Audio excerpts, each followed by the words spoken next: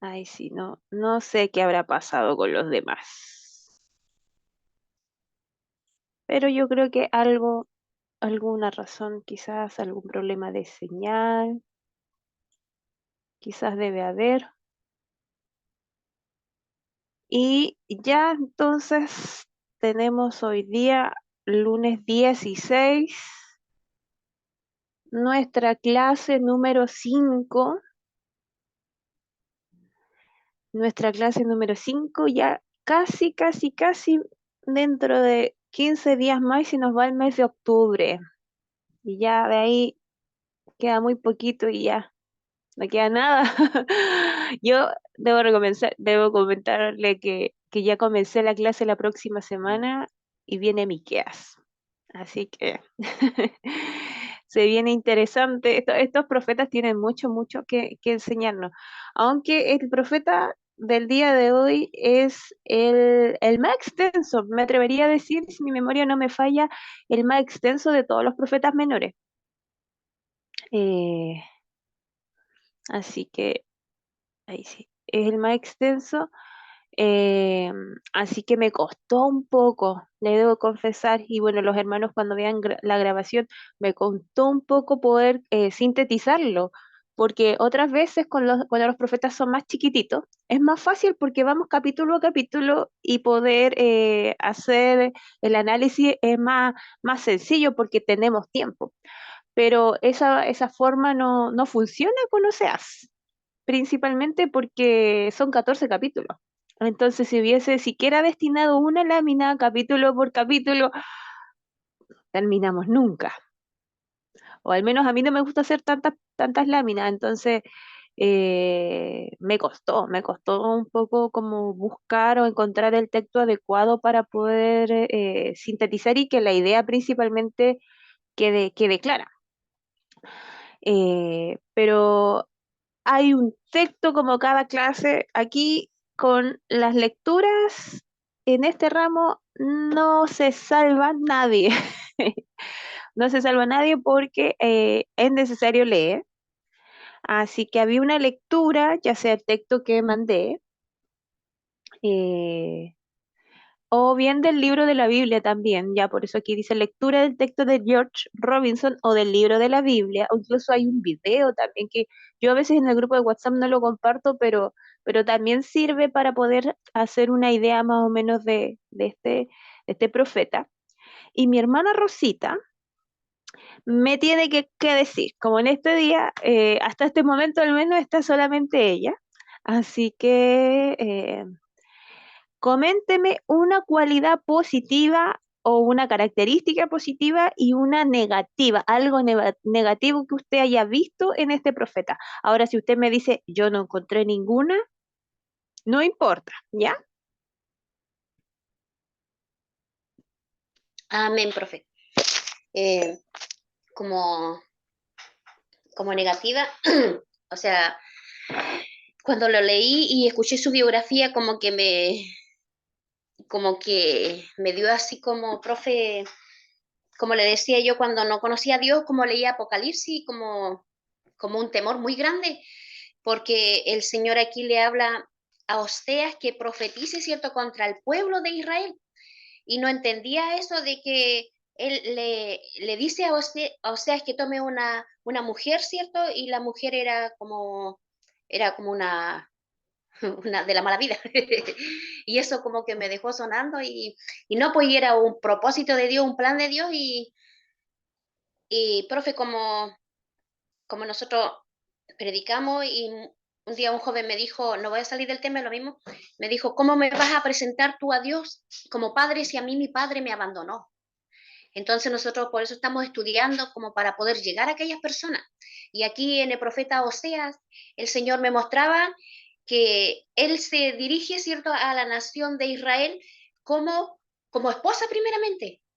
Y hay unos versículos, hoy, profe amada, pero me llega a mi corazón en delante y la escuchaba cada rato porque después lo habla como un padre castiga a un hijo.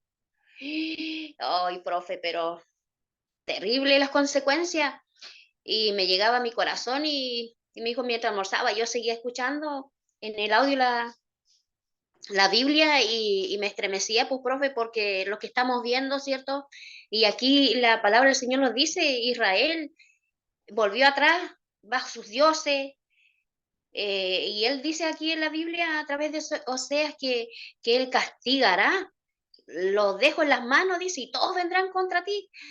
Pero ya en los últimos versículos como que respiré y decía que la esperanza, y ahí el Señor le habla como un padre nuevamente amoroso, como cuando un hijo, pongo un ejemplo, cuando un hijo los hace algo por nosotros, el Señor nos puso un corazón, eh, no igual a Dios jamás, pero con ese amor que tenemos las madres de perdonar a nuestro hijo. Y en los últimos capítulos como que respiré, porque era puro castigo así, y no venía también el dulce amor de Jesús hacia su pueblo, y los abrazaré, dice, y de nuevo los abrazaré, como me puedo explicar yo, y los acorazaré, y iré a su rescate, decía.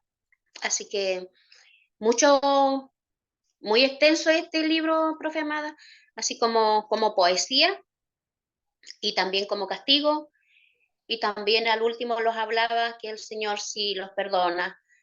Y ahí uno se conmueve, pues, profe, porque nosotros los consideramos, ¿cierto? También una parte de Israel como hijo de Dios, y la desobediencia, cuando nosotros desobedecemos, muchas veces el Señor viene, pues, con el látigo y nos da, y es para que nosotros entendamos, y yo lo veo así, para que enderezcamos nuestros pasos cuando los queremos desviar. Así que, como le digo, esa parte cuando comenzó no la entendía mucho, profe, de que el Señor le dice que se case con una mujer, ¿cierto? Y que de esa mujer van a nacer hijos, y como que no entendía mucho, pero ahí cuando fui más a profundo estudiando, y ahí los habla de castigo, ¿cierto? De apostasía de Israel y de las fornicaciones de Israel, que ellos se vuelven a sus propios dioses, y, y podemos descansar en los últimos capítulos cuando él dice que hay esperanza para nosotros. Y eso como que respiré. Así que eso puedo, está muy interesante este libro, profe. Así que eso comparto con usted. Amén, Bendición. muchas gracias, mi hermana. Sí, es que el libro de Oseas es, ay, no sé, yo la escuchaba y era así, exactamente. Es súper especial el libro de Oseas, así que así, pues no, de verdad que vamos a, por eso le decía al principio que me costó mucho no poder tomar, o sea, la dinámica de poder proyectar en realidad cómo desarrollar en realidad la clase el día de hoy, porque es extenso, como usted igual decía, es extenso, pero pero de verdad que para no, quizá a veces uno quiere abarcar mucho, pero resulta que hay que poder definir y dejar algunas cositas claras y me demoré muchísimo, de verdad que me demoré muchísimo, pero finalmente quedé, al menos cuando terminé, pues, dije, no, ok, quedo conforme, está por lo menos lo principal, lo más relevante y lo que permite en realidad para poder entender. Por eso que es muy necesario que ustedes cuando ustedes vayan leyendo el libro. Por eso yo les comentaba y les doy la opción de que puedan leer el libro. Quizá el comentario bíblico no es tan, a veces no es tan necesario, pero es necesario. O sea, lo que sí o sí va es el libro, la Biblia. Como mencionaba nuestra hermana, quizás ponerle en audio, en audio para poder escucharlo, porque eso es fundamental. Después en clase podemos ir complementando, resolviendo a veces ciertas dudas que puedan surgir, pero es muy necesario. Entonces, al menos esa parte yo sé que ya la hacen, o al menos la mayoría la está haciendo. Y eso ayuda también para poder ya quitar a veces parte del relato y decir, ya vamos, abarcamos a otro aspecto. Bienvenidos nuestros hermanos. Vamos a dejarlos a ellos porque me imagino que no sé si podrán participar en esta parte. Estamos todavía aquí al inicio y si no, quizás puedan tener problemas de señal. Ahí me escriben quizás en el chat si es que pueden comentar y si no participan más tardecito, no hay problema.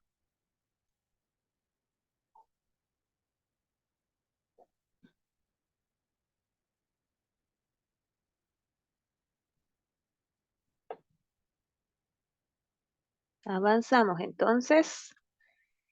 Como decía nuestra hermana Rosita, que sufrió, sufrió con tanto juicio, el libro de Oseas sí es especial, pero se va a parecer, o puede que alguien lo haya encontrado un poco parecido a otros profetas que nosotros vimos o sea, el segundo trimestre, el trimestre anterior, porque se puede decir que es como contemporáneo, que profetizó durante ciertos periodos que hubieron otros profetas mayores que también profetizaron, entonces la temática es como similar.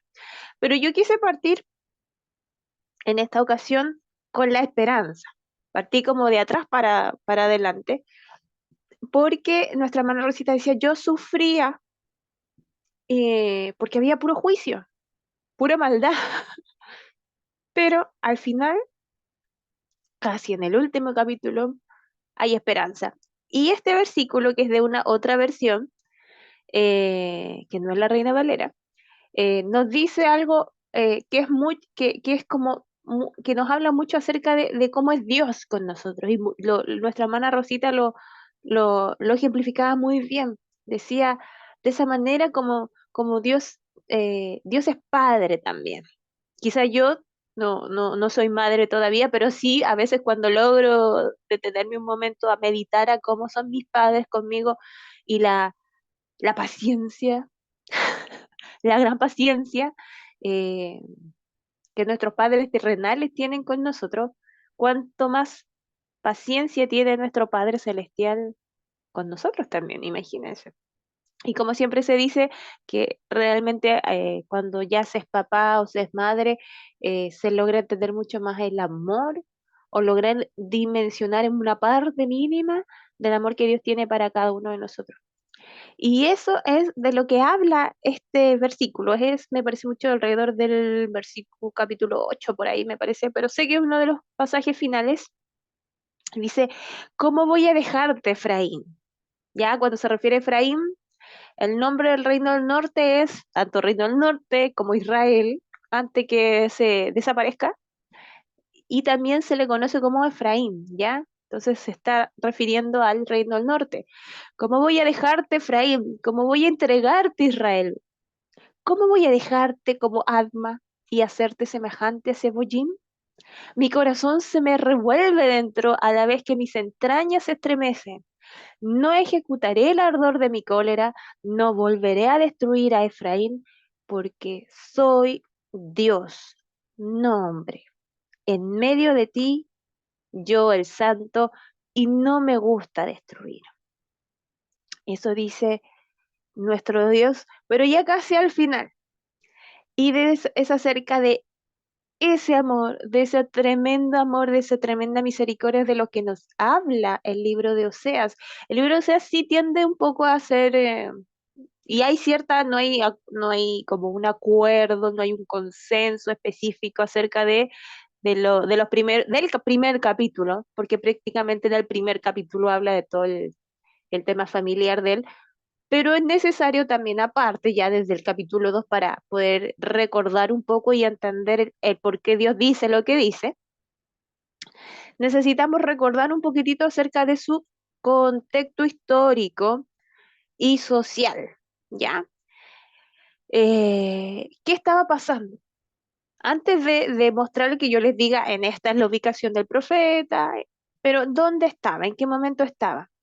Entonces, su contexto histórico, al igual que el profeta de la semana pasada, presentó sus mensajes durante los reinados de Usías, Jotam, Acaz y Ezequías en el sur. Eso no significa que el profeta, valga la redundancia, profetizó en el sur, sino que durante ese periodo de tiempo esos reyes estaban en ese momento. Pero principalmente su mensaje es dirigido a Israel, es decir, al reino del norte, y en ese momento histórico estaba reinando en Israel Jeroboam II, ¿ya? O sea, en el norte estaba Jeroboam II, que reinó hartos años, pero en el sur estuvieron los reyes Usías, Jotam, Acaz y Ezequías. De estos aquí tenemos varios reyes buenos en el reino del sur. Pero ¿qué estaba pasando en el norte? Fue un momento de prosperidad económica y expansión militar tanto para Israel y Judá. Sin embargo, esta prosperidad era beneficiosa solamente para la clase rica. ¿Se acuerdan? La semana pasada el contexto es el mismo, porque también era bajo Jeroboam II. El pobre y las clases medias fueron explotados y abusados. Todo parecía que el siervo y la pistola llegaron a ser herramientas adicionales. La estabilidad social y prosperidad tanto de Israel y Judá están relacionando a varias causas. ¿Por qué estaban aparentemente súper bien? Pero sabemos que a nivel espiritual, a nivel moral, la cosa no andaba tan bien. ¿Qué estaba pasando? Tenemos el reinado largo y próspero de Jeroboam II en el norte y Usías en el sur, el declive temporal de Egipto y Mesopotamia, es decir, no estaban molestando a Israel, no se lo querían conquistar. La derrota de los asirios de Siria por Nirari en el 805, la falta de conflicto entre Israel y Judá, porque ellos constantemente también estaban peleando,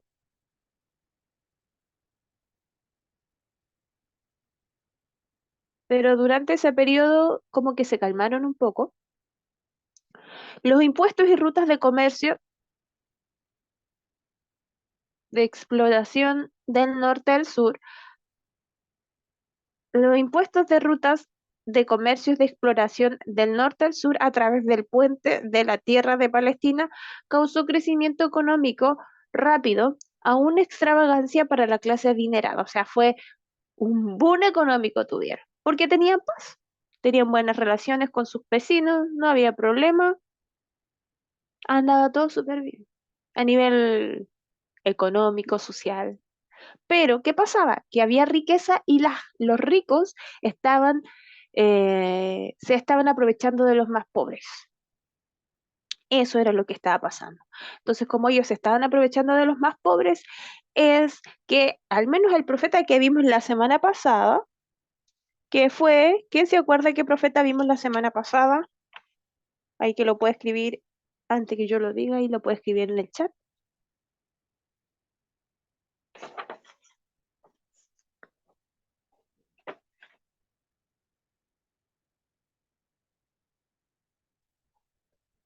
El profeta Amós, ¿ya? Amós habla mucho acerca de esto, de estas injusticias, pero Oseas no apunta netamente a las injusticias, sino que se abarca a lo espiritual. Amós hablaba acerca de lo social. Es el mismo periodo histórico, es el mismo reino, pero abarca otro tema. Y aquí vamos a dejar un poquito porque yo quiero también comentarles em,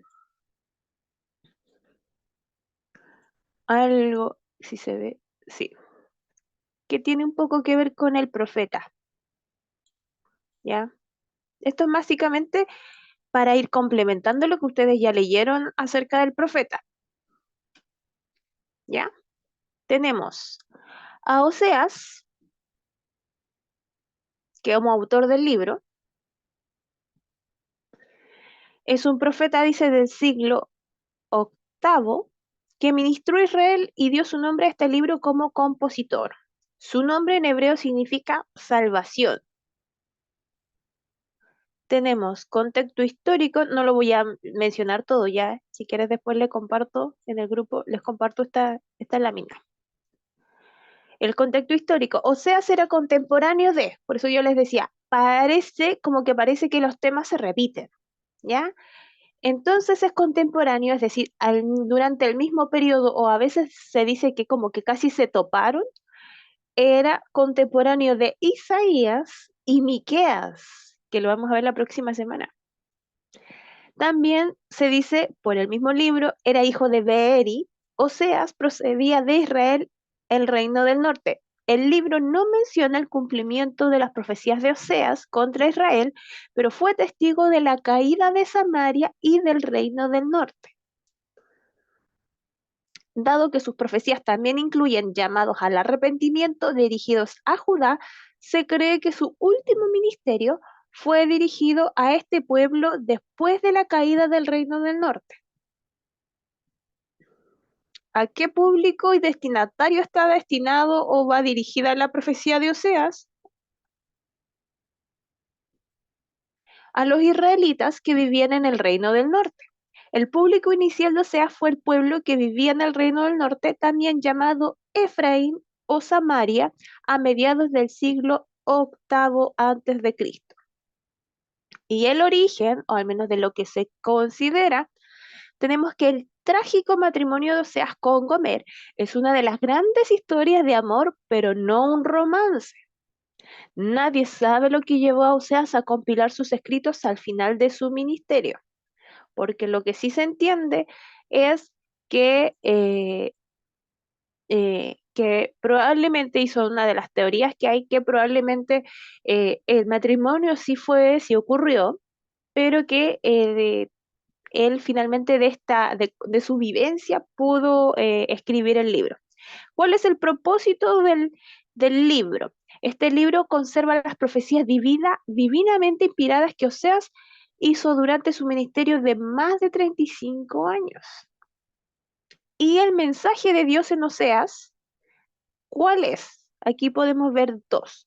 Oseas advirtió a Israel que debido a la rebelión e idolatría de su reino se enfrentaba a la destrucción. Sin embargo, Dios aún amaba a su pueblo del pacto, como muy bien nos mencionaba nuestra hermana Rosita hace un momento atrás. ¿Qué más les puedo comentar que no venga más adelante? Vamos a ver, me voy a saltar toda esta parte ya, porque esto es parte de lo que nosotros ya tenemos ahí en la presentación. Esto es solo para complementar. ¿Cómo vemos a Cristo en Oseas? Tenemos Mateo narra la historia de cuando José y María llevaron al niño Jesús a Egipto para escapar de Herodes. Después de la muerte de este último, la familia de Jesús regresó a Nazaret. Mateo citó Oseas 11:1 para mostrar el paralelismo entre el llamado de Dios a Israel y su llamado a Jesús. Cuando él dice, de Egipto llamé a mi hijo. Y ahí tenemos Mateo 2:15. ¿Qué más podemos también ver aquí que nos puede ayudar como para complementar? Tenemos enseñanzas sobre qué podemos tener. A ver, enseñanzas sobre Dios. ¿Cómo podemos ver a Dios en este libro? Que a simple vista uno puede decir, pero es que uno lee el capítulo 1 y uno dice, no, aquí, que se puede complementar con cantares. Pues no. Dios, la doctrina se basa en la analogía, que es decir, una comparación o entre dos elementos que pueden compararse, es una analogía, de una relación esposo-esposa. El Señor también tenemos que es celoso y no tolerará que su pueblo ansíe a otras deidades. Él tiene que juzgar la infidelidad. Su amor por su pueblo permanece y un día Efraín, o sea, el reino del norte, será sanado de su rebeldía. Y también, ¿qué más podemos ver? La humanidad. El adulterio de Gomer y la idolatría de Israel muestran vergüenza y pecaminosidad.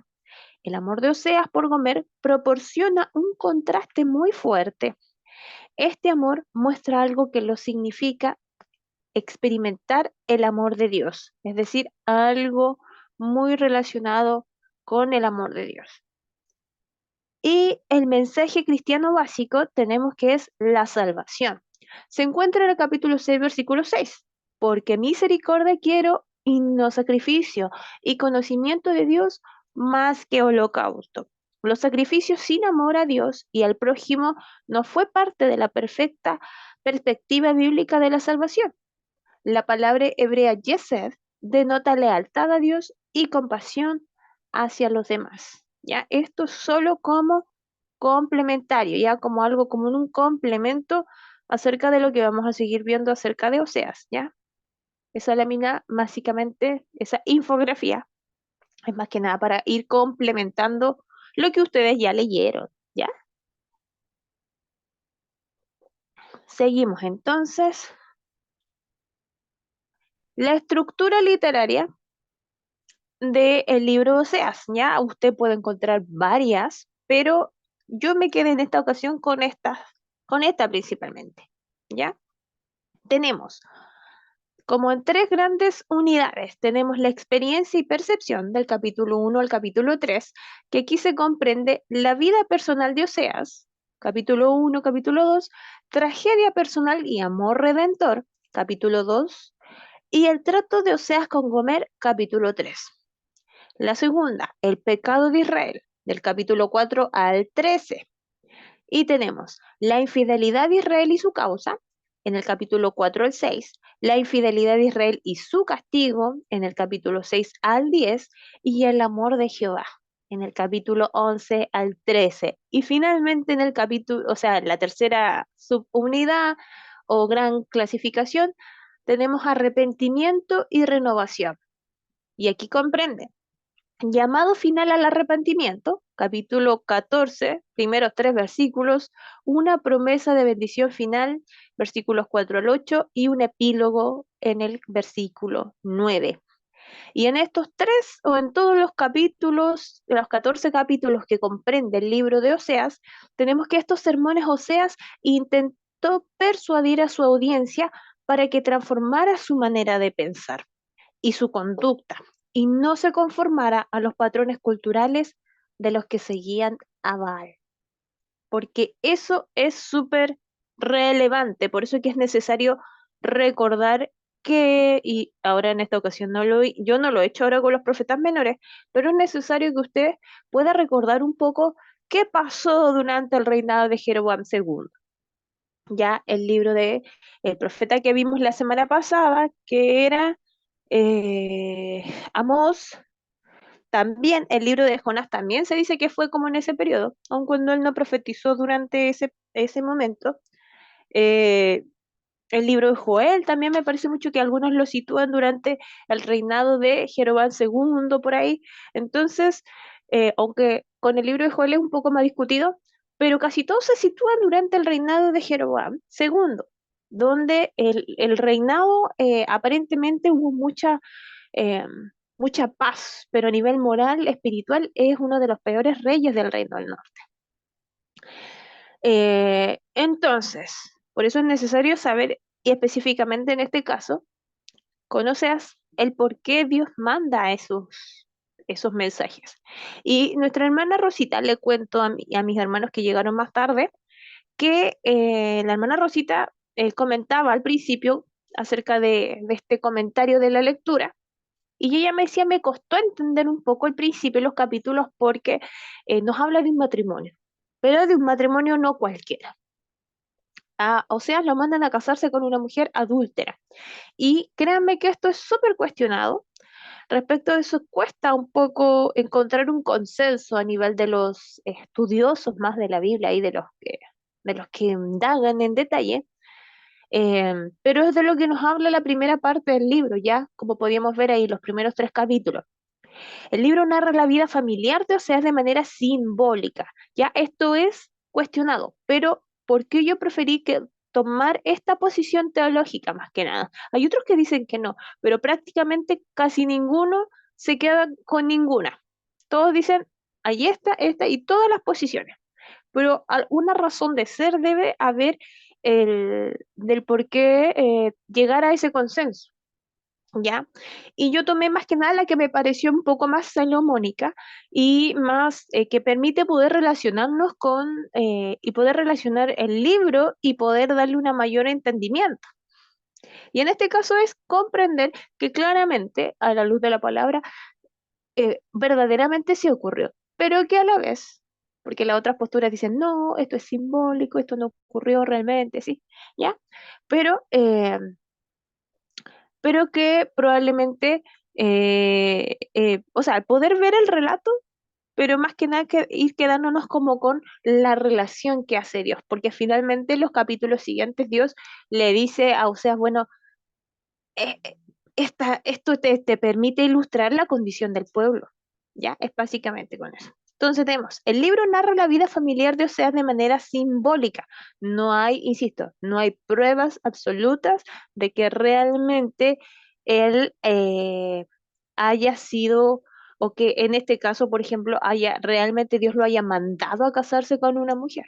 Incluso alguna de las, o sea, una mujer de esta situación, de esta condición.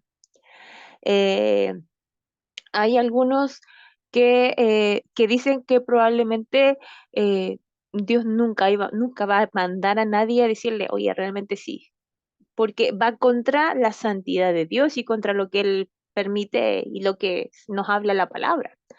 ¿Ya? Pero aquí nos dice, por eso lo puse en este caso, dice, es simbólico, semejante, dice, pero semejante a, y aquí yo creo que usted va a entender un poco más a qué simbolismo se refiere. Dice, al simbolismo de la vida de Isaías, Jeremías y Ezequiel, para transmitir el mensaje que el profeta había recibido del Señor para su pueblo. Dios le ordenó Oseas que tomara por esposa a una prostituta, Gomer, y cada uno de sus hijos recibió un nombre simbólico que representaba parte del aciago mensaje. Entonces, es simbólico, pero hasta cierto punto. Y al decir hasta cierto punto quiere decir que probablemente, o sea, sí estuvo casado, pero el hecho de que quizás su esposa haya sido eh, eh, una prostituta, como a nuestros días, eso es lo que quizás se discute. Entonces, vamos a ver un poco acerca de esto. Como les decía, hay muchísima teoría acerca de este tema. Entonces tenemos el matrimonio y la familia de Oseas. ¿Por qué la familia? Porque hasta los nombres de los hijos son muy simbólicos. En torno al matrimonio de Oseas, el libro presenta dos breves relatos de gran importancia, en el capítulo 1 y en el capítulo 3. En el primero se articula una tercera persona singular. Se enfatizan dos aspectos familiares que tienen implicaciones teológicas para su mensaje profético: su matrimonio con una prostituta y los nombres simbólicos de sus hijos.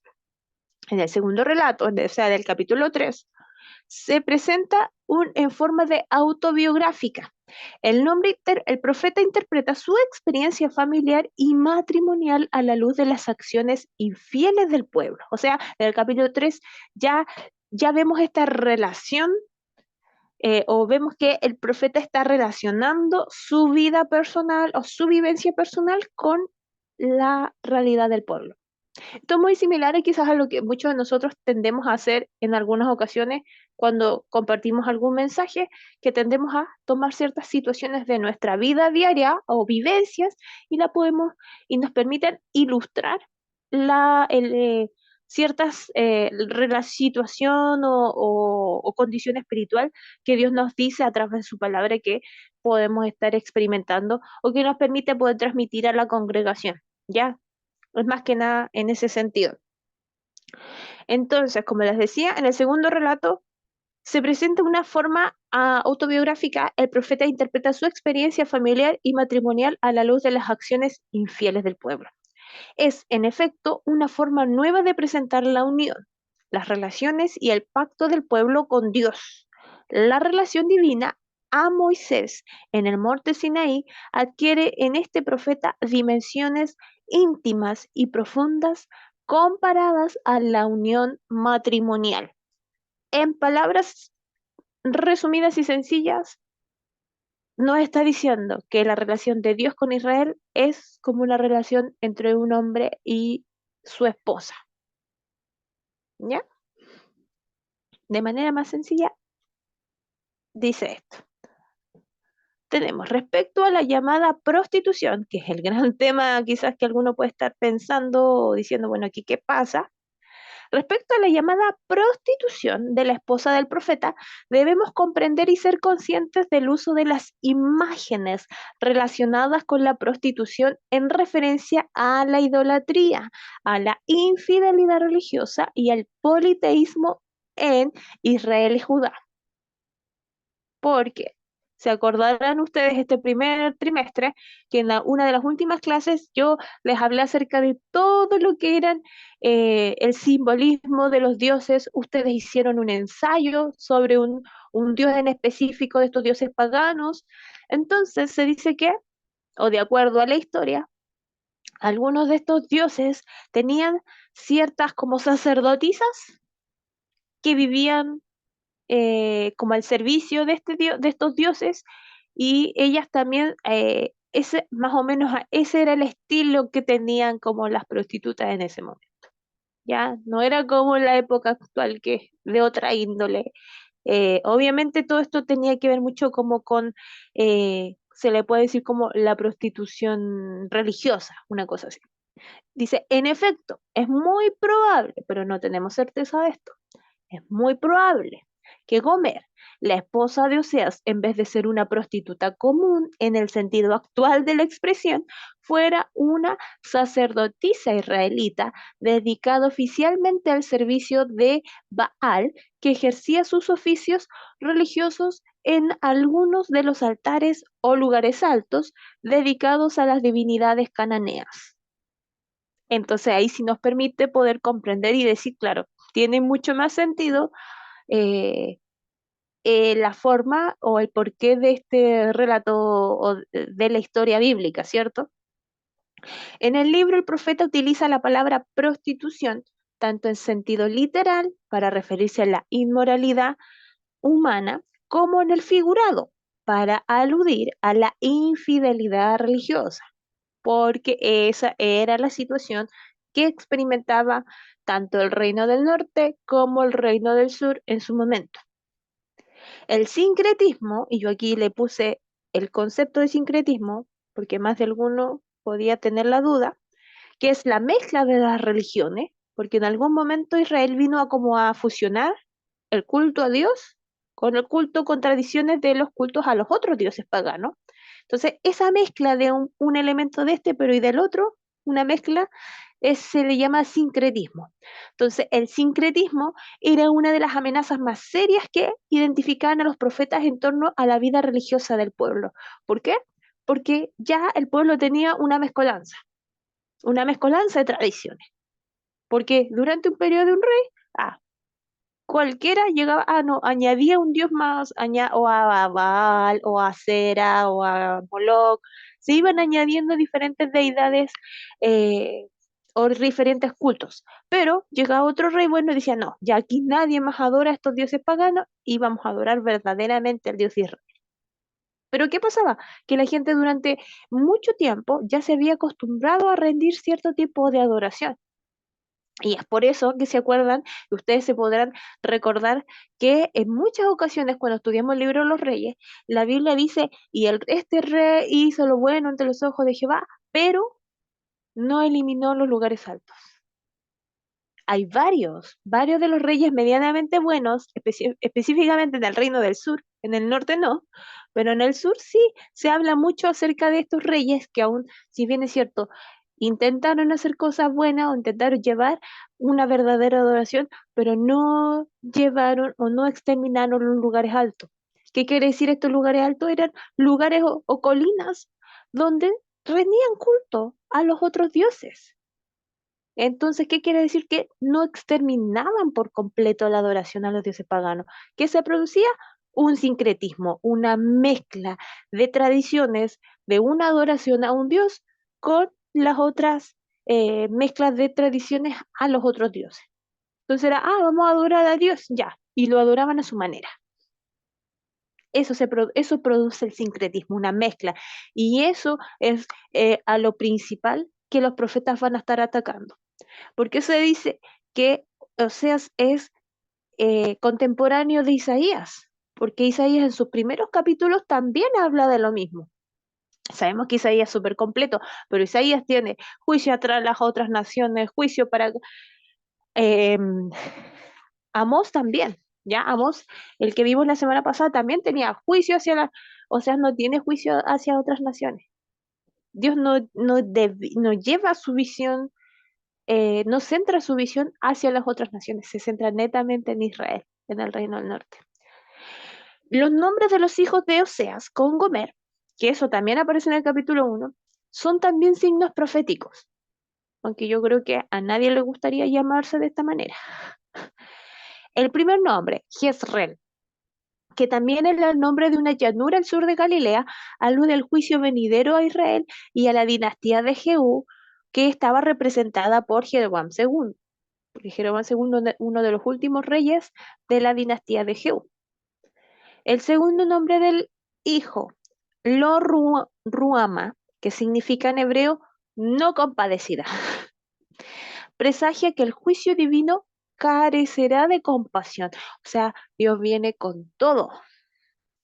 Y el último, Loami o Loami, en hebreo es, no es mi pueblo.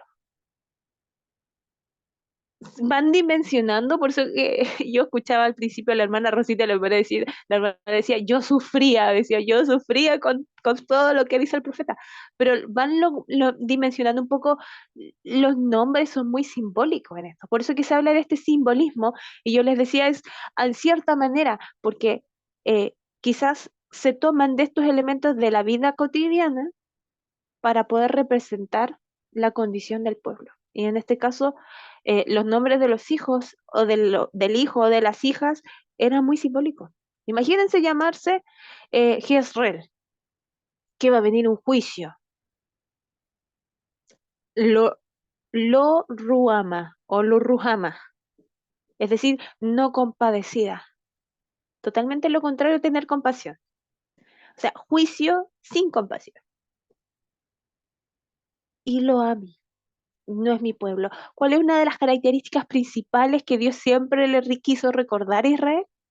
Que ellos eran un pueblo apartado, un pueblo escogido, incluso hasta el día de hoy, si uno lo relaciona un poco con lo que está pasando actualmente. Y todos sabemos, Israel es el pueblo escogido de Dios, lo vemos durante todo el Antiguo Testamento. Pero ¿qué quiere decirlo a mí? Ya no son mi pueblo. Qué fuerte, de verdad. Dice, en hebreo no es mi pueblo. Pone claramente de manifiesto el rechazo divino a Israel. ¿A cuál Israel? Al reino del norte. El significado concreto de este nombre es que el pacto que se había establecido en el Sinaí quedaba definitivamente roto. Una de las razones de poder quebrar o que un pacto quede sin efecto es que una de las dos partes dijera, ya no más, me cansé. Doy por dejado sin efecto este pacto. ¿Qué era el pacto? El pacto era como cuando uno firma un contrato. Si una de las dos partes desiste, queda sin efecto.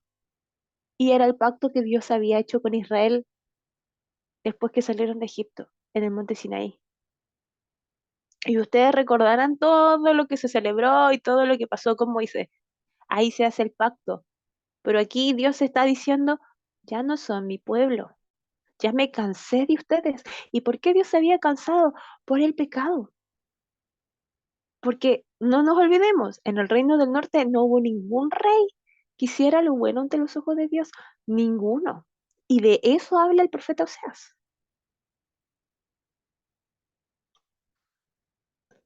Y aquí podemos tener como una comparativa, ¿ya? Entre Oseas y Gomer, entre la relación de ellos y la relación de Dios con Israel. Ya ahí ustedes la pueden revisar cuando tengan un poquitito más de calma. No me quiero detener mucho más en este detalle. Pero por ejemplo aquí aparece lo de los hijos. Dicen, o sea, no, o sea, tiene un hijo cuyo nombre Loami significa no es pueblo mío. ¿Y qué quiere decir? Dios declara que Israel no es su pueblo. O sea, redime, restituye al adúltero comer, Dios redime, restaura a Israel su nación infiel. Pero eso al final. Por eso les dije, después lo pueden revisar más con detalle. Tenemos otras circunstancias. Sin embargo, esta sección de presagio, o sea, de lo anterior de la familia, y anuncio de juicio divino no finalizan estos mensajes de rechazo y juicio venidero, sino que culmina con unas palabras de esperanza y restauración. Se insta al profeta a llamar al pueblo de Israel pueblo mío y compadecida. De singular importancia en este singular tipo de estructura literaria es que el libro del profeta Oseas alterna las palabras de juicio con oráculos de restauración. Es decir, declara juicio, pero luego le da calma, le da ánimo. En el capítulo 2 alterna entre la relación de Oseas con Gomer y su representación simbólica de la relación de Dios con Israel. A los hijos se les ordena que rechacen a la madre, echen a la madre de la casa, aunque se buscaba su transformación, no su aniquilación. Eso es diferente. No nos olvidemos que aquí esto nuevamente simbólico está haciendo alusión a Israel. Se le ordenó al profeta que continuara amándola y luego la recibió y la mantuvo en aislamiento por algún tiempo en el capítulo 3. La situación es una manera gráfica de representar la relación del Señor con los israelitas. En el capítulo 2, en el capítulo 9, en el capítulo 18. O sea, versículo 2, o sea, capítulo 2, perdón, versículo 4, 9 y 18 del capítulo 2. Ahí sí. La relación del Señor con los israelitas que le habían sido desleales al rendirle culto a los otros, a los dioses cananeos como la fuente de su prosperidad y abundancia. Ellos decían, estos dioses nos dieron victoria, estos dioses son los que nos han hecho tener paz por el momento, estos dioses nos han dado abundancia económica. A Israel le esperaba una época de exilio, pero el Señor todavía amaba al pueblo del pacto y ansiaba recibirlo de nuevo, tal como Oseas había acogido a Gomer. Este regreso se relata con descripciones que recuerdan al éxodo de Egipto y el asentamiento de Canaán. Oseas vio las experiencias que del pasado había tenido con el Señor como el patrón fundamental o prototipo de la manera como Dios trataría a su pueblo en el futuro. Qué paciencia, qué paciencia.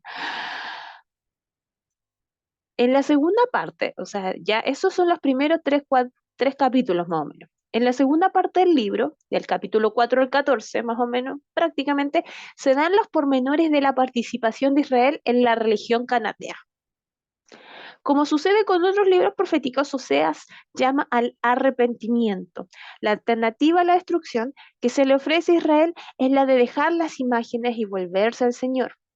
Información recabada de materiales descubiertos en Ugarit, es decir, por los arqueólogos, em, nos dice incluso que un historiador, dice, se encontraron escritos del historiador cristiano de la antigüedad Eusebio, nos permite saber con más claridad acerca de las prácticas religiosas contra las que protestó Oseas. O sea, tenemos escritos de un historiador antiguo y se encontraron estos escritos que describen más en detalle acerca de qué era lo que hacía el pueblo.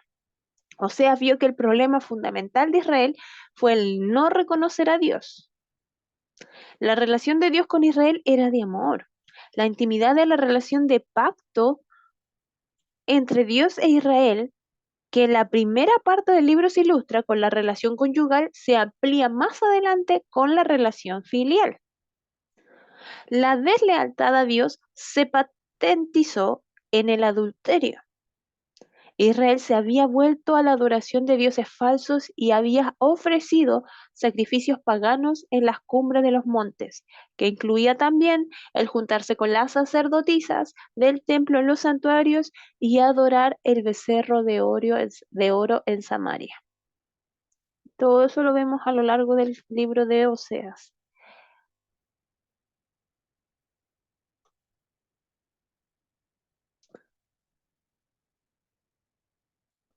Hubo también intrigas internacionales. No solo tenemos el tema de eh, esto de los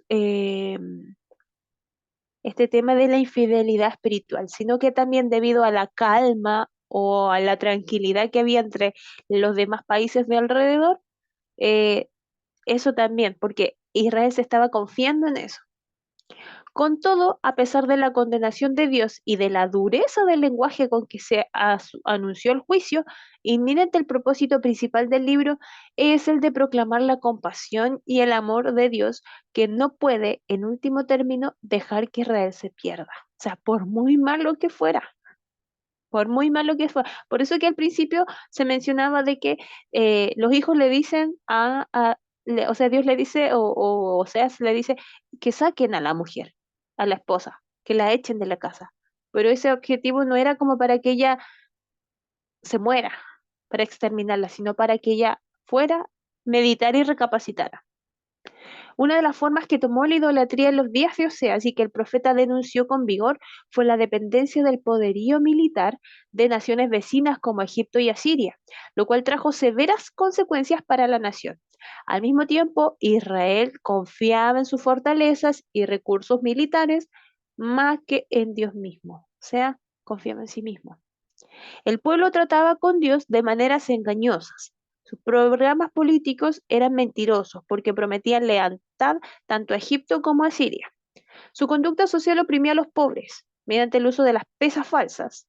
Su riqueza conducía engañosamente a creer que no hacían nada malo y sus sacrificios a Baal los engañaban.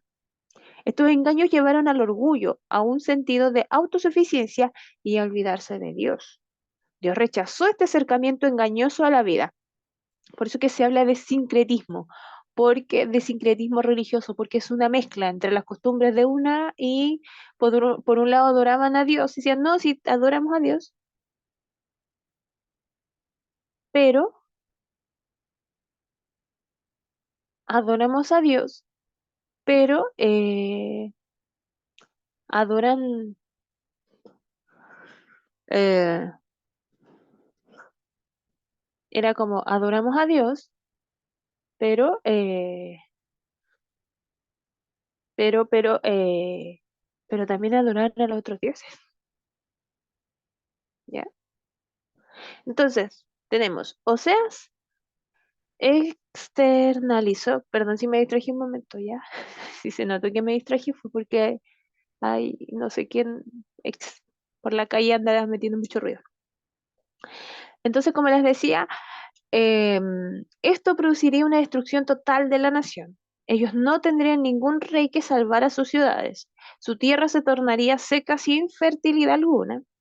Un enemigo saquearía sus riquezas y mataría a sus niños y esposas. Esta experiencia demostraría la naturaleza engañosa de la comprensión cultural del mundo que predominaba.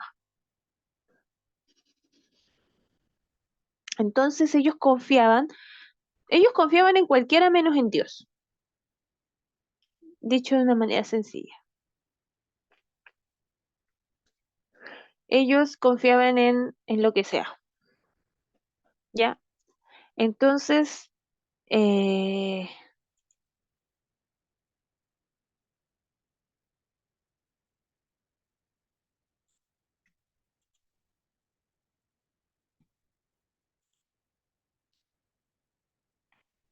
entonces, el pecado de Israel eh, no solo era eh, la adoración a otros dioses, sino que también que ellos descansaban en, en su poderío, como en las barreras, en sus grandes ciudades, en sus murallas, pero también en su ejército. Pero también decían, no, si los otros ejércitos somos aliados de uno y aliados de los otros. Entonces, ya sea que nos salvemos por un lado, que una nación nos va a ayudar, pero también la otra nación también nos puede ayudar. O sea, era como se dice hoy en día, el que no quería quedar mal con nadie. Entonces, pero al final, ninguna de sus estrategias, ninguno de sus acuerdos, nada de eso los salvó, porque finalmente eh, ellos no tenían que confiar en nada más que eso. Ellos tenían que confiar en Dios, y eso fue lo que nunca hicieron. El mensaje final de Oseas no es de juicio, sino un poema que llama al arrepentimiento. La respuesta divina a esta actitud de vuelta a Dios es la manifestación plena de la misericordia divina, que se revela en santidad y prosperidad. La expresión volver al Señor tiene este libro una gran importancia, pues contrapone las declaraciones proféticas de juicio con la naturaleza misericordiosa del Señor. Este tipo de lenguaje teológico es característico, entre otras, de la literatura deuteronomista y de Jeremías.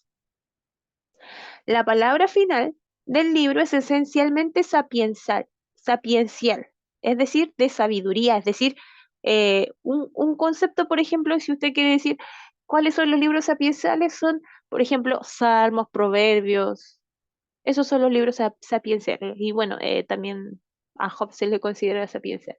Pero principalmente dentro de la clasificación de libros o clasificación literaria, libros sapienciales son salmos o proverbios, que nos llevan a reflexionar un poco, ya con ciertos elementos literarios, pero que finalmente nos llevan a la reflexión.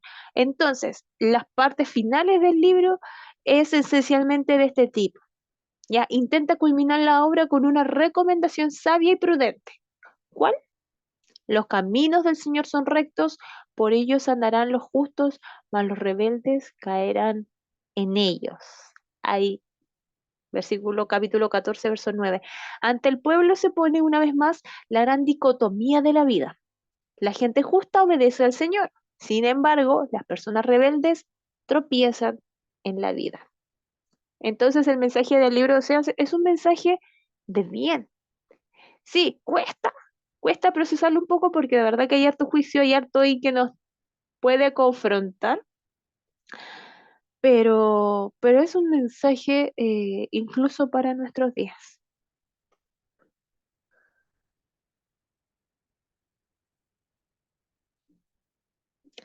Tal vez no inclines, tal vez,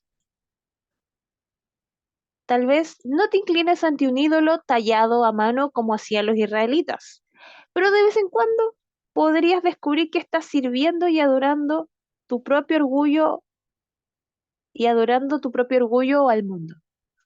El amor fiel de Dios no vacila, ni siquiera cuando intentas alejarte de Él por un amorío detestable. Él sigue amándote y suele disciplinarte mediante las consecuencias del pecado. O sea, le recuerdo a sus lectores que siempre es posible recibir la redención. Algunos quizás sientan que sus pecados son demasiado horribles o numerosos, pero la gracia de Dios puede restaurar al peor de los pecadores. Todo el libro de Oseas nos señala el amor de Cristo, aunque el profeta hizo todo lo posible para restaurar su matrimonio con Gomer, el Señor hizo aún más por ti. No escatimó ni a su propio Hijo, Jesús, sino que lo entregó para que tú y yo pudiéramos recomponer nuestra relación con Él. Y quizás aquí, ahora que meditaba un poco, faltaría hablar un poco acerca hubiésemos hablado de la redención, que es uno de los conceptos también que habla este libro. ¿Y con qué iba asociada la redención? La redención es que alguien paga nos redime, es decir, que alguien paga nuestra deuda y se olvida de esa deuda después, no te la anda cobrando.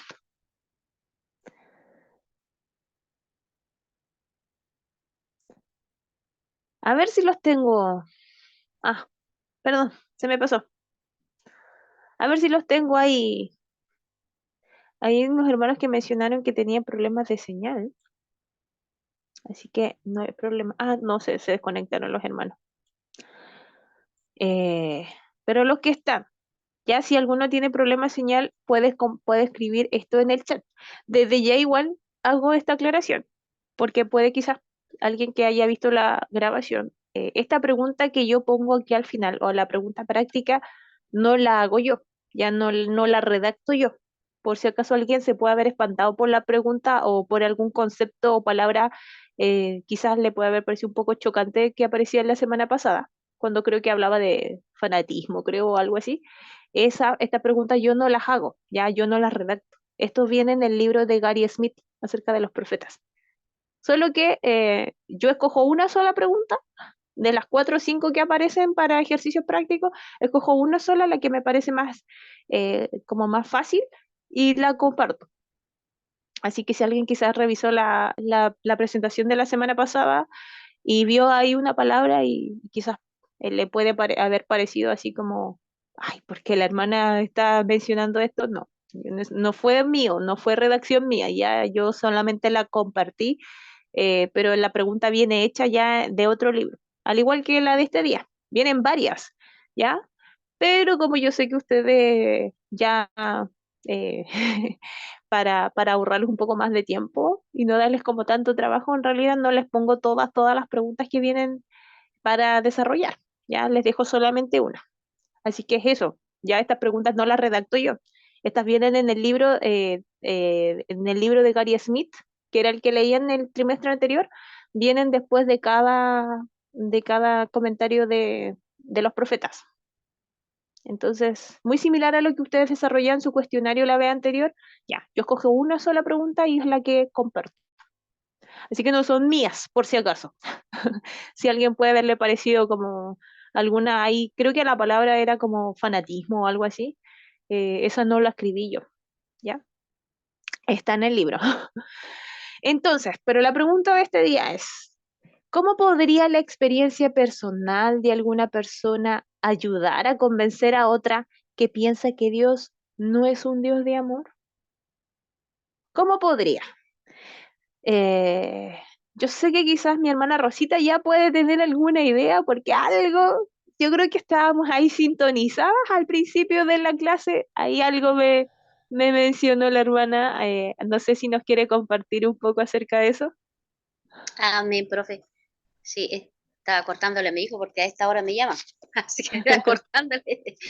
Eh, sí, tengo como varias experiencias en esto, en este tema, por eso le decía, por eso es bueno instruirse y porque uno tiene que saber cómo dirigirse a aquella persona que está herida, pues hermano. Y profe amada, bueno, del inicio, ahora le voy a comenzar un tema muy personal que pasó en mi familia y que sigue pasando aún porque mi hermana, como mi mamita se fue en la pandemia y ella no es cristiana. Estamos orando para que la palabra del Señor dice que uno solo y toda la casa, y estamos reclamando por mis hermanas que no son convertidas. Y ella hasta el día de hoy es...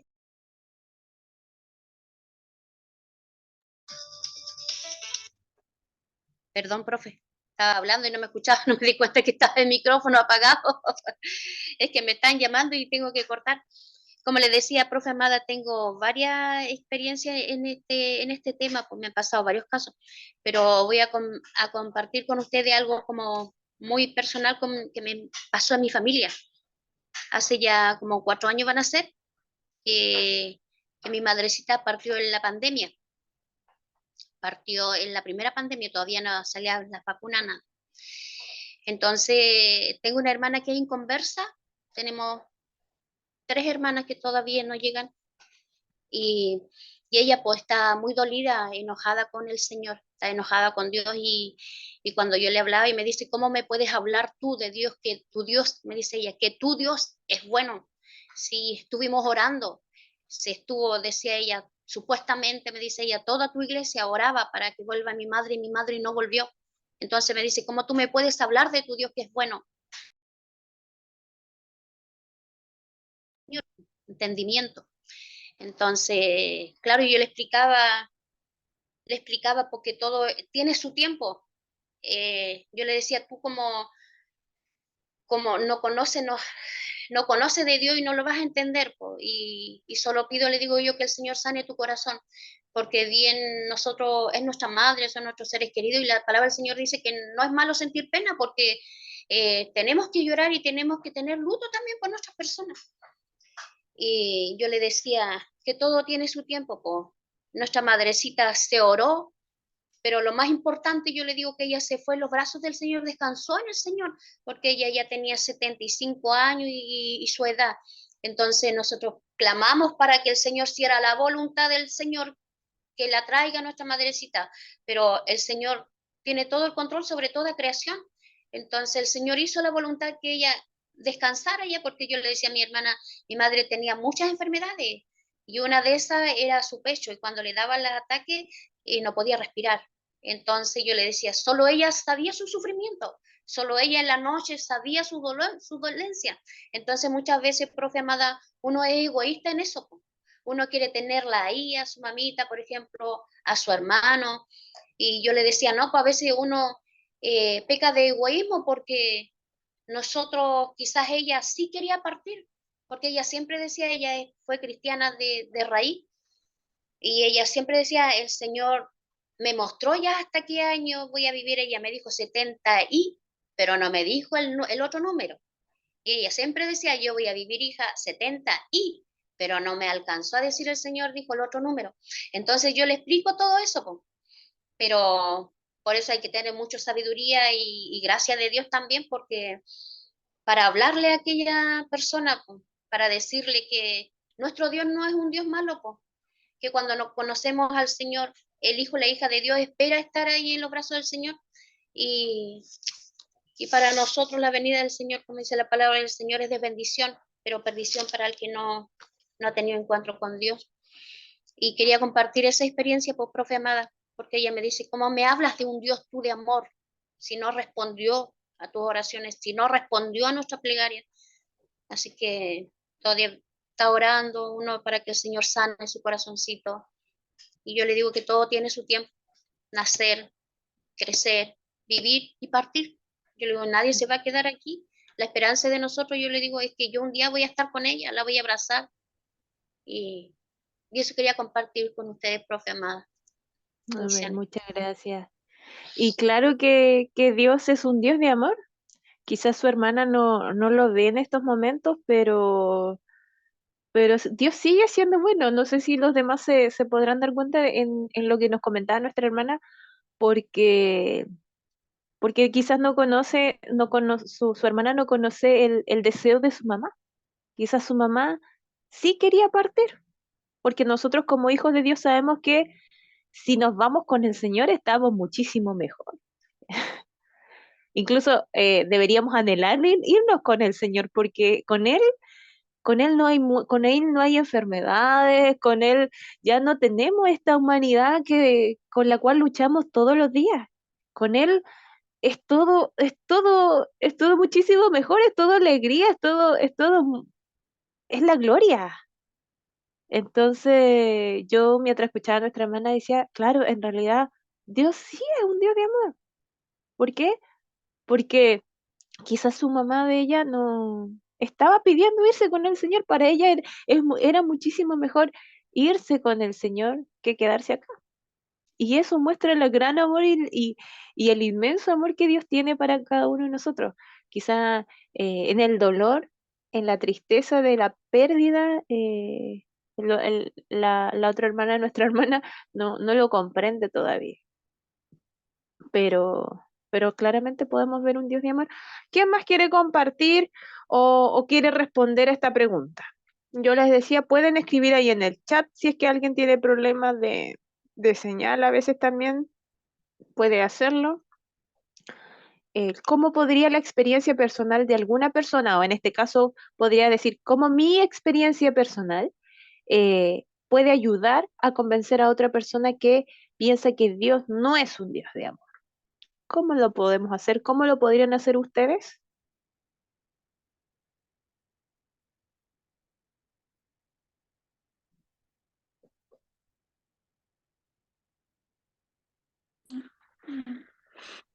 Hola, hermana Ethel. Hola, hermano. Bueno, la pregunta es bien difícil. em, Porque dice, ¿cómo podría la experiencia personal de alguna persona ayudar a convencer a otra que piensa que Dios no es un Dios de amor?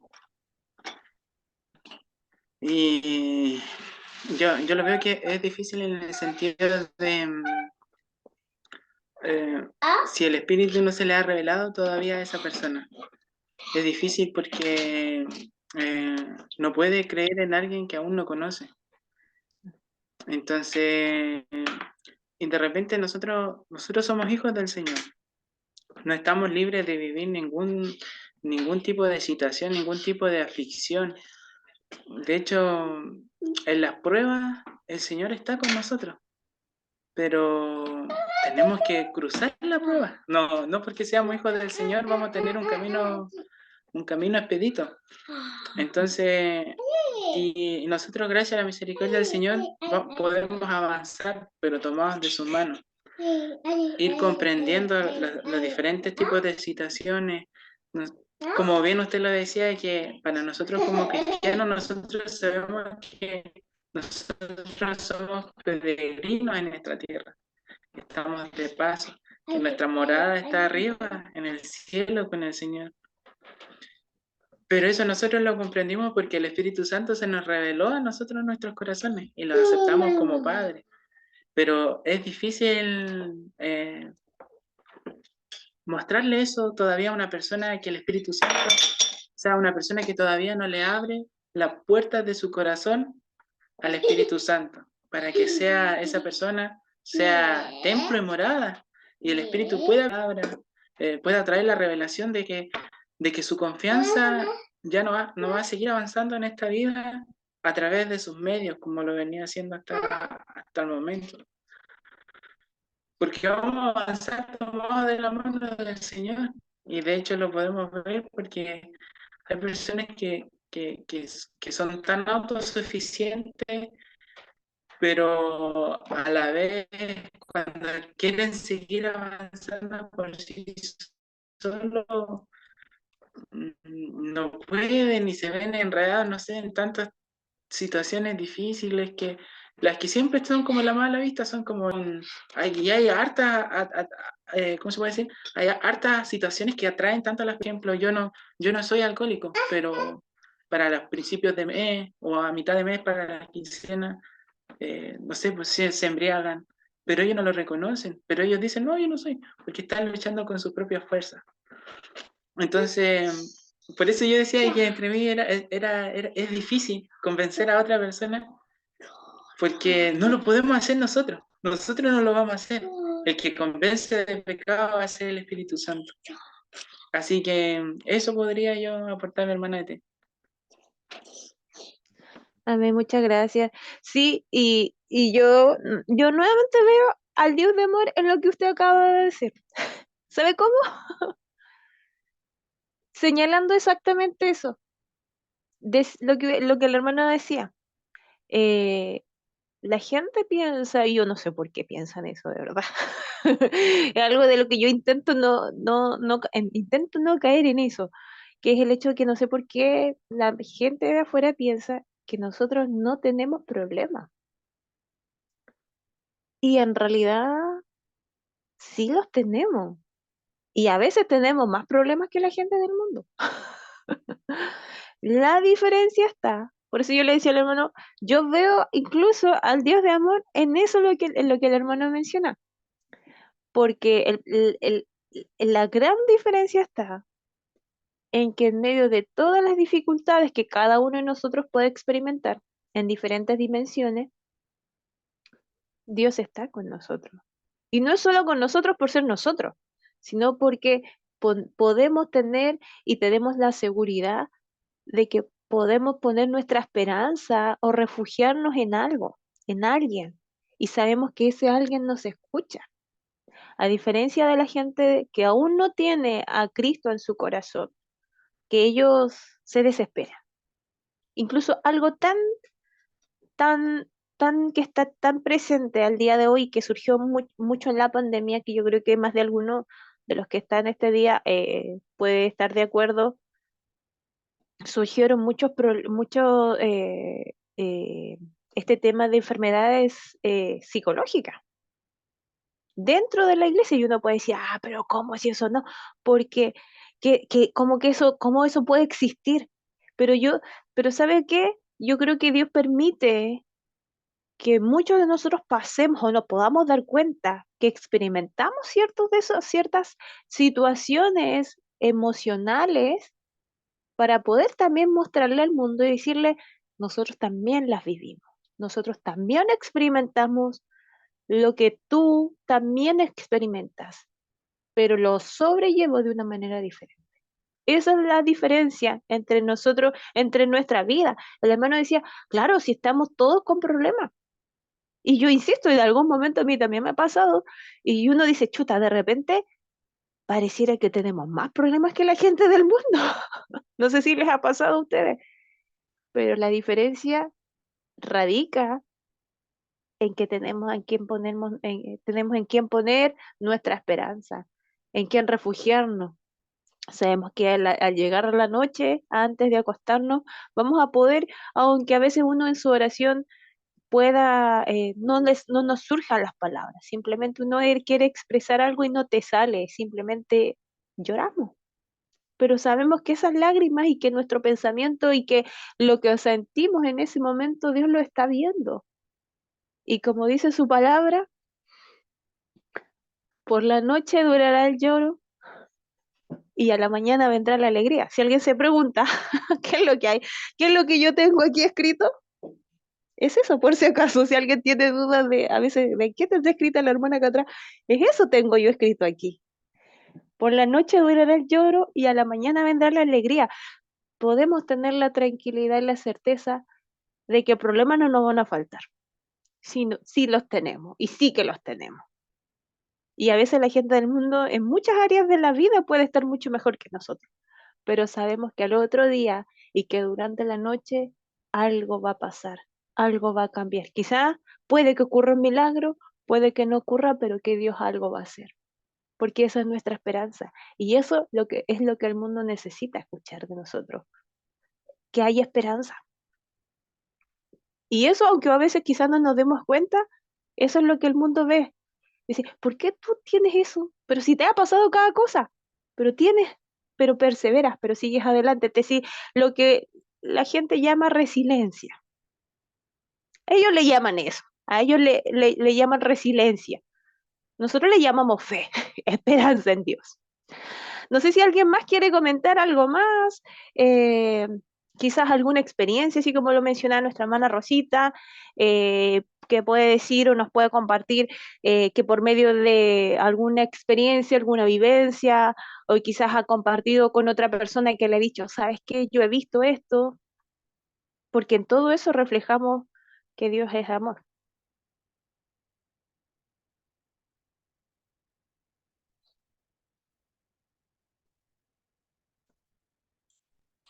Hola hermana Estela, aquí la hermana Fran. Hola, hermano Fran. Escuchando a la hermana Rosita, me acordé de cuando mi papá falleció hace como 8 años atrás. Y yo le reclamaba eso a mi mamá. Mi mamá ya como que estaba como ya entrando al evangelio, a la iglesia y todo. Y yo no aún. Y yo le reclamaba eso a mi mamá, me acordaba, le decía, tu Dios, ahí está tu Dios, me quitó a mi papá y no sé qué y no sé cuánto. Pero conversábamos con Rodrigo que la única forma de que uno pueda entender que Dios es bueno a pesar de las cosas terribles que podamos estar viviendo es estando en el Señor, es estando en la iglesia, estando en el Espíritu. Porque es difícil poder consolar a alguien que no es cristiano y decirle, no, Dios está contigo, o todo va a estar bien, o el Señor sabe por qué hace las cosas. Porque esa persona, yo lo viví, a mí me decían muchas cosas y me daba como hasta rabia, no quería como escuchar, no lo encontraba lógico. Pero ya estando en los caminos del Señor, estando ya en una congregación, sintiendo ya el Espíritu Santo, ahí entendí todo el por qué el Señor me quitó a mi papá a tan corta edad, mis 17 años, y el por qué ahora Él no puede gozar mi familia como yo lo estoy viviendo. Pero es un proceso muy largo que uno tiene que vivir con el Señor de la mano, en oración y en búsqueda para poder entender los propósitos de Dios. Pero como decía mi esposo, que solamente yo creo que la gente lo puede entender estando en el Señor, creyendo en Él, sabiendo quién es Dios. Es hermana de Muchas gracias. Sí, me estaba acordando ahora igual lo que mencionaba nuestra hermana, claro, me acuerdo, creo que al principio de año parece que compartió un poco de eso, porque no sé por qué yo me acordaba de esa historia. Y claro, la hermana sabe ahí en carne propia, como se dice, lo que es poder experimentar. Y muchas de las personas sienten eso, sienten eso. Por eso que es difícil, claro, es difícil, como decía nuestro hermano Rodrigo, porque ellos sienten rabia y dicen, pero ¿por qué? Incluso muchos hermanos o personas niños quizás que se crían en la iglesia, tienden a, frente al fallecimiento a veces o la pérdida de ciertos seres queridos, eh, se toman dos opciones y dos situaciones muy opuestas. O se endurecen y se enojan mucho contra Dios, o bien intentan mantenerse y el Señor sana sana lo que tiene que sanar, pero, pero casi nunca hay un término medio, especialmente en la adolescencia. Así que eh, meditaba en lo que mencionaba nuestra hermana Fran y yo creo que la importancia de poder orar, orar por todo ello. eh, Porque como menciona nuestra hermana, la única, bueno, nuestros hermanos en realidad, la única manera es que se encuentren con Cristo.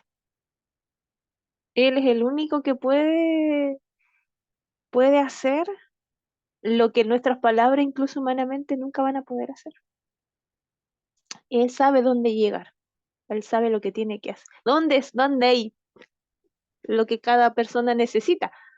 Así que el Señor nos ayude. No sé si alguien más quiere comentar algo, compartir algo. Yo, hermana Esther, hola, buenas Mi noches. hermano. Buenas noches, mi hermano Juan. Dios le bendiga. No me pude conectar antes porque venía manejando, hermana Esther, así que mi Ujú, disculpo. Quiero compartir un poquito y también me afirmo en lo que decía mi hermana Flan y mi hermano Rodrigo. ujú, El hombre natural, la mujer natural, siempre a nosotros no van a criticar o no van a decir que Dios no es un Dios de amor, siempre, porque que nunca van a entender que el hombre natural no puede entender lo que es espiritual. Y lo demás, con esto igual concluyo mi, mi aporte que puedo aportar, es que solamente a esas personas, solamente que puedan entender que Dios es amor, es que el Espíritu Santo trabaje en ellos. Solamente porque nosotros podemos ser muy bíblicos, podemos ser muy estudiados de la palabra, pero como digo yo, esa persona solamente a través de nuestra oración, es como decir, nosotros entregamos y dejamos ahí la semillita. ujú. Y a su debido tiempo, Dios le dará el crecimiento, pero eso viene el crecimiento a través del Espíritu Santo. Así que eso es lo que yo le puedo compartir, hermana Esther. A esas personas son muy difíciles llegarles, muy difícil, aunque usted le ponga palabras, versículos, son muy difíciles. ¿Por qué? Porque traen problemas de hogares, traen problemas familiares, problemas de mucho arrastre. Entonces son muy difíciles llegarle a esas personas. Pero es lo único que puede trabajar el Espíritu Santo. Y Mm. nosotros tenemos que entregar la palabra nomás y dejarlo ahí que Dios trabaje y Dios dará a su debido tiempo, le dará el fruto o crecerá el fruto y que sea ese fruto bueno para el Señor. Y que eso es lo que puedo aportar, hermana, de que Dios le bendiga. Amén, muchas gracias, mi hermano Juan. Sí, al final hay que finalmente quizás hacer como ahí raya para la suma, orar. Orar y no cansarnos, porque como decía nuestro hermano, es difícil, debe ser, no hay argumento teológico para eso. No hay cita bíblica quizás que pueda dar ahí exactamente, porque como menciona nuestro hermano, las personas están, y lo cual es válido, porque tampoco podemos decir, pero es que cómo estás tan lleno de problemas. Tiene un contexto muy difícil, pero Jesús mismo lo dijo, lo que es imposible para los hombres no es imposible para Dios. Así que hay buena lección nos dejaba nuestro hermano Juan de decir, hay que plantar la semilla.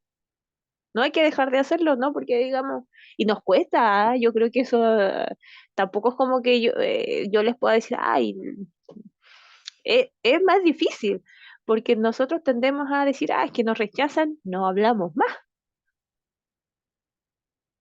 Entonces, pero el hermano Juan nos da ahí un buen tips de, hay que seguir siendo buenos sembradores. En algún momento, algo escuchará, algo de atención, algo, algo se le habrá quedado, hay que seguir sembrando. Que el Señor nos ayude a cada uno de nosotros a poder, a no cansarnos, a seguir adelante. No sé si alguien más quiere compartir algo, si no, seguimos, seguimos ya culminando con lo que es el libro de Oseas. El libro de Oseas que nos habla del amor, de la misericordia por sobre todo, pero sí, del amor. El profeta con un mensaje, pero ahí, al hueso completamente.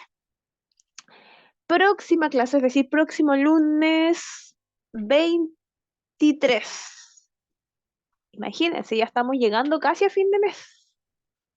Queda muy poquito. Próximo lunes 23, ¿a quién nos toca ver? Al profeta Miqueas.